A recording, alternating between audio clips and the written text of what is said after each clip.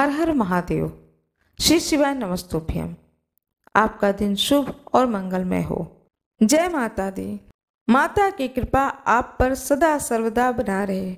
आज मैं आप लोगों को कथा सुनाने जा रही हूँ। श्रावण मास महात्म्य 8वां अध्याय। श्रावण मास में किए जाने वाले बुध और गुरु व्रत का वर्णन है। ईश्वर बोले, हे सनत कुमार, अब मैं समस्त पापों का नाश करने वाले बुध और गुरु व्रत का वर्णन करूंगा, जिसे श्रद्धा पूर्वक करके मनुष्य परम सिद्धि को प्राप्त करता है। ब्रह्मा जी ने चंद्रमा को ब्राह्मणों के राजा के रूप में अभिषिक्त किया है। किसी समय उसने रूप तथा यौवन से संपन्न तारा नामक गुरु पत्नी को देखा। उसकी रूप संपदा से मोहित होकर वह काम के वशीभूत हो उसे अपने घर में रख लिया। इस प्रकार बहुत दिन बीतने पर उसे बुद्ध नामक एक पुत्र हुआ, जो बुद्धिमान, सौंदर्यशाली तथा सभी शुभ लक्षणों से युक्त था। गुरु बृहस्पति को ज्ञात हुआ कि तारा चंद्रमा के घर में स्थित है।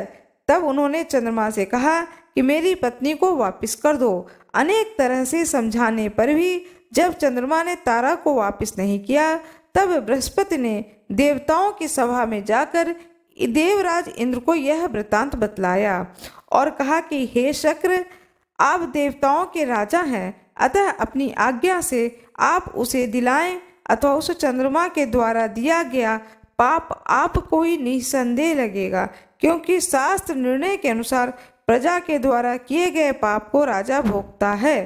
पुराण में भी ऐसा कहा गया है कि दुर्बल का बल राजा होता है। गुरु का यह वचन सुनकर चंद्रमा ने कहा कि मैं आपकी आज्ञा से तारा को तो दे दूंगा, किंतु इस पुत्र को नहीं दूंगा। शास्त्र के अनुसार विचार करके देवताओं ने उस बुद्ध को चंद्रमा को दे दिया। इसके बाद गुरु को उदास देखकर देवताओं ने उन दोनों को वर प्रदान किया कि हे चंद्र, अब तुम घर जाओ। यह तुम्हारा भी पुत्र है और बृहस्पति का भी पुत्र है। यह तुम्हारा पुत्र ग्रहों में प्रतिष्ठित होगा।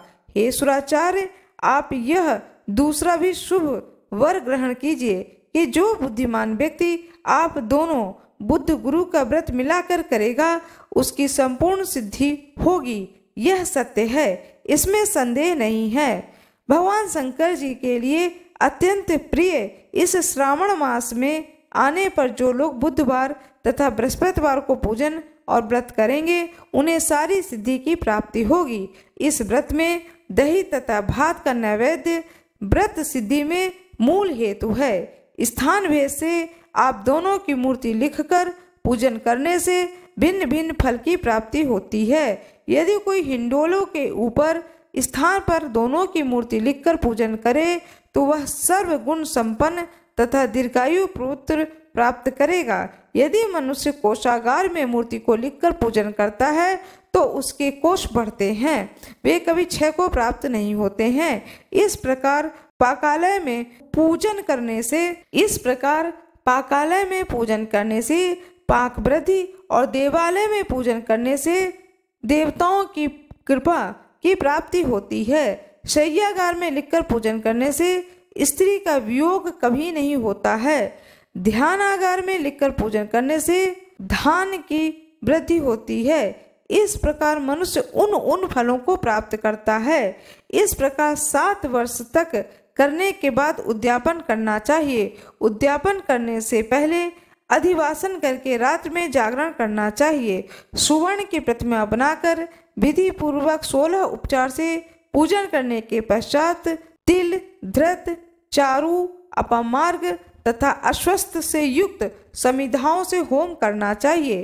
अंत में पूर्ण आहुति देनी चाहिए। उसके बाद मामा व भांजे को यत्न पूर्वक भोजन कराना चाहिए। उसके बाद ब्राह्मणों को तथा अन्य लोगों को भी भोजन कराना चाहिए। स्वयं भी भोजन करना चाहिए। इस विधि से 7 वर्ष तक करने पर मनुष्य सभी मनोरथों को प्राप्त कर लेता है। जो इसे विद्या की कामना से करता है, वह वेद व शास्त्रों के अर्थों को जानने वाला हो जाता है। बुद्ध बुद्धि प्रदान करते हैं और गुरु बृहस्पति गुरुता प्रदान करते हैं।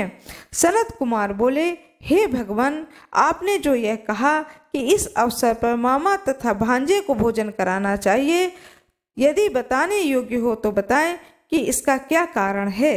ईश्वर बोले, हे सनत कुमार, पूर्व काल में अत्यंत दीन तथा दीर्घ कोई 2 ब्राह्मण थे। दोनों मामा भांजे थे। उदर पूर्ति हेतु परिश्रम पूर्वक भ्रमण करते हुए दोनों किसी नगर में अन्न मांगने के लिए गए थे। उन्होंने घर घर में श्रावण मास में प्रत्येक वार को उस वार का व्रत को होते हुए देखा, और किंतु कहीं भी बुद्ध गुरु का व्रत नहीं देखा। तब उन्होंने बहुत देर तक परस्पर विचार किया कि सभी वारों का व्रत तो सर्वत्र दिखाई पड़ता है, किंतु बुद्ध गुरु का कहीं नहीं। अतः चूंकि यह व्रत अनुष्ठित है, इसलिए हम दोनों को चाहिए कि इस शुभ व्रत का अनुष्ठान आदर पूर्वक करें। किंतु हे सनत कुमार, उसकी विधि न जानने के कारण वे दोनों संशय में पड़ गए।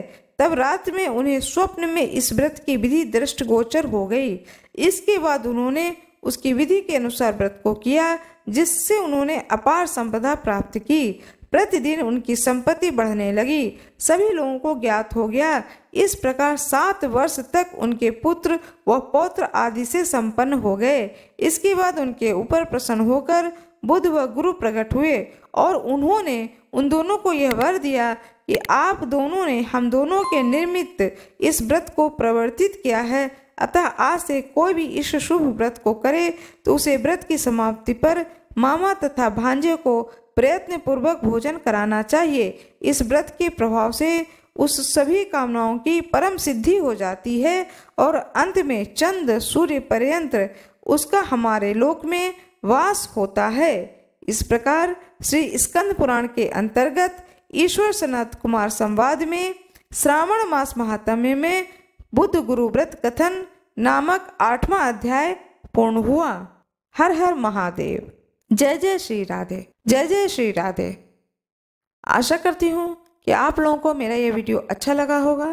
कृपया कमेंट बॉक्स में अवश्य बताएं। वीडियो को लाइक कर दें, चैनल को सब्सक्राइब कर दें, बेल आइकन दबाना ना भूलें। धन्यवाद।